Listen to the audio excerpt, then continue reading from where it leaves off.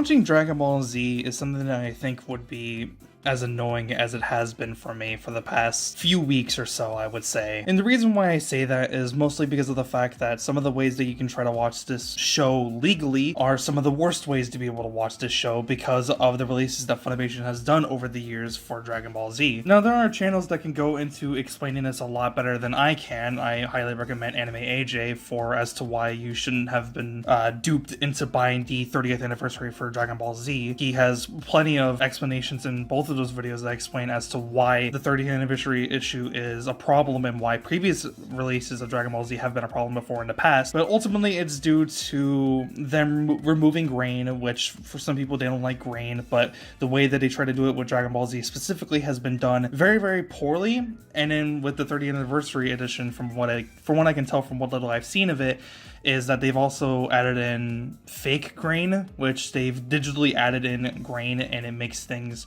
look very choppy and sloppy and just not really done as good as it can be. It looks very terrible. In previous editions of releases for Dragon Ball Z as well, they've also had problems with cropping issues, and it's just looked terrible. They've cut out animation that didn't need to be cut out. In previous releases of Dragon Ball Z, they've just done so many things to make the experience of watching it, actually watching it, just the worst way possible. And the reason why I've said that it's been annoying for me to try to figure out how to watch the show legally, of course. If I wanted to watch the show illegally, I could. There are plenty of websites that allow me to be able to do that, but I don't want to do that. I actually want to support the official release. I want to support the official releases of Dragon Ball Z, but still get the best way to watch this show that I really, really like as best as possible.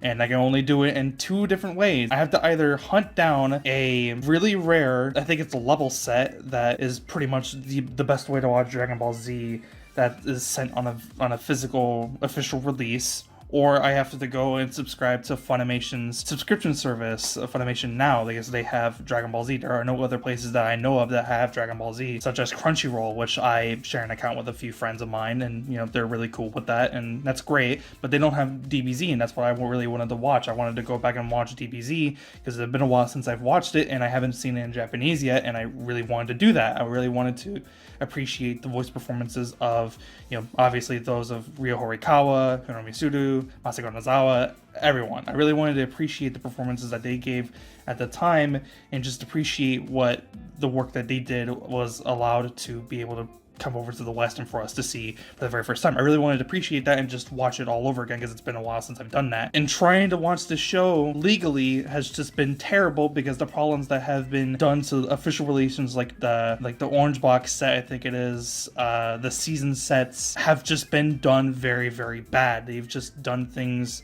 to DBZ on, even just for the Funimation Now, the Funimation subscription service, have just made it so irritating to watch. For example, like the cropping issue, you can very clearly see in certain episodes that there are cropping issues, and for some reason you just decide to cut out parts of characters' faces for no reason off screen, and it's aggravating to see, because that's not what the show was supposed to look like. The show isn't supposed to look like it's been animated for 16:9, because back in the day when this was being animated in like the late 80s or the early 90s, these fucking episodes were meant to be viewed on 4:3 television screens, because that was the standard television size back then, and now it's obviously 16:9, and that's what everyone else is using. That's what you're probably watching this video on. It's just terrible. It's just been really awful to try to watch Dragon Ball Z, and legally, of course. I'm trying to do this as legally as possible and not get in any trouble, and it's just been aggravating. And it's really weird that they do this specifically for Dragon Ball Z, Funimation specifically, I mean.